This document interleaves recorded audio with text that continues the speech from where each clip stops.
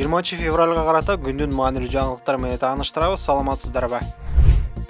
Талас облусунун Талас районундагы Чат базар аймактык ооруканасынын төрөт бөлүмүндө 23 жаштагы келин төрөттөн каза болду. Маалыматты клубко 20 февралда Талас облустук милициядан тастыкташты. Маалыматка ылайык, үстүбүздөгү жылдын 3-январында милицияга Талас районундагы дарыгерлер борборунан маалымат түшкөн. Анда 7-18 чамасында Чат базар аймактык ооруканасынын төрөт бөлүмүндө 23 жаштагы келин каза болгону айтылган. Аталган факт Талас райондук ички иштер бөлүмүндө катталып, жеринде атайын тергөө ыкчам тобу барган. Териштирүү иштери башталган. Кийин Талас районунун Кара Ой айылынын 31 жаштагы тургуну маркумдун күйөөсү милицияга арыз менен кайрылып, 3-январ күнү саат 6:00 чамасында аталган оорукананын төрөт бөлүмүндө 23 жаштагы келинчеги каза болгонун айтып, ага тиешелүү иш-чараларды жүргүзүп, күнөөлүү тарапты таап, мыйзам чегинде чара көрүп берүүнү суранган.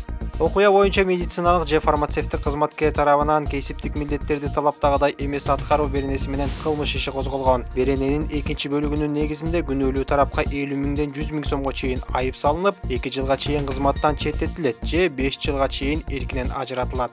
Азыркы учурда тиешелүү экспертизалардын корутундулары даяр боло элек, текшерүү жүргүзүлүүдө. Кылмыш иши көзөмөлгө алынып, тергөөнүн жыйынтыгы менен мыйзам чегинде чечим кабыл алынат, деп айтылат билдирүүдө.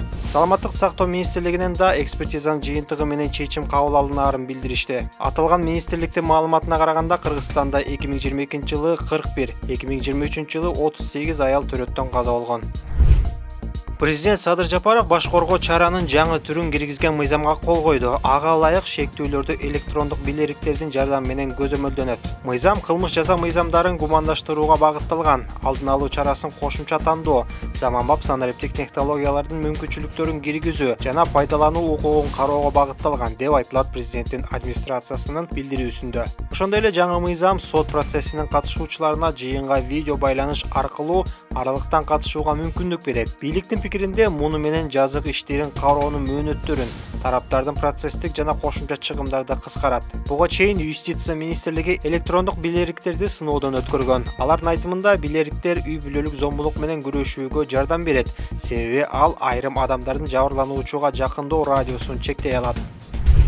Ички иштер министрлиги оң рулдуу таксиге тыюу салынууну сунуштады. Буга байланыштуу токтомдун долбоорун Ички иштер министрлиги 19 февралда коомдук талкууга алып чыкты. Министрлик оң рулдуу унааларга коммерциялык максатта жүргүнчү, багаж жана жүк ташууга тыюу салуу, жол кыймылынын коопсуздугун камсыздоого жана оор кесепеттерге алып келген жол кырсыктарын алдын алууга жардам берет деп эсептейт. Министрликтин маалыматына ылайык, 2023 жылы такси кызматын көрсөткөн унаалардын катышуусунда 276 жол кырсыгы катталган. Анда 24 кишинин өмүрү кыйылып, дагы 619 адам жабыркаган. Ошондой эле министрлик автобустарды ылдамдыкты чектеген түзмөгү жок каттамга чыгарбоону сунуштады. Аталган түзмөк ылдамдыкты автоматтык түрдө саатына 60 же 90 чакырымга чектеген жабдык.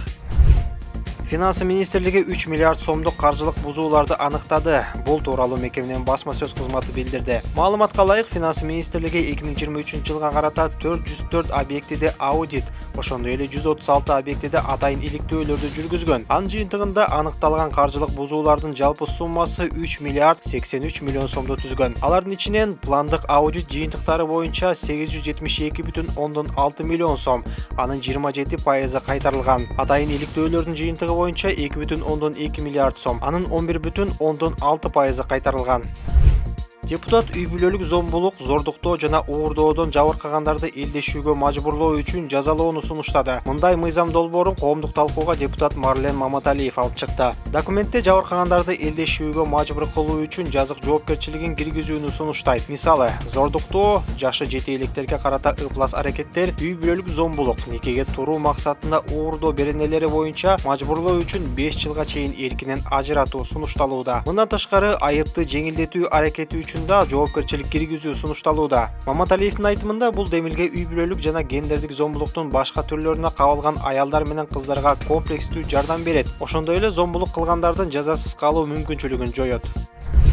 Ысык Көл облусунун Тамчы айылындагы Ысык Көл эл аралык аэропортунун тосмосунун бир бөлүгү кайрадан урап түштү. Бул тууралуу Турмуш басылмасы жазды. Маалыматты Манас аэропорту тастыктап, окуя 17 февралда болгонун билдирди. Аймакта ылдамдыгы секундасына 32-37 метрге жеткен катуу шамал болгон. Кесепетинде аэропорттун тосмосунан тышкары Чырпыкты, Кош Көл, Тамчы, Чоктал айылдарында трансформатор жана электр чубалгаларынын мамылары кулап түшкөн. Тамчыдагы аэропортунун тосмосу өткөн жылы да шамалга туруштук бере албай кулап калган. Муну бийлик курулуш толук бүтө элек деген жүйө менен түшүндүргөн.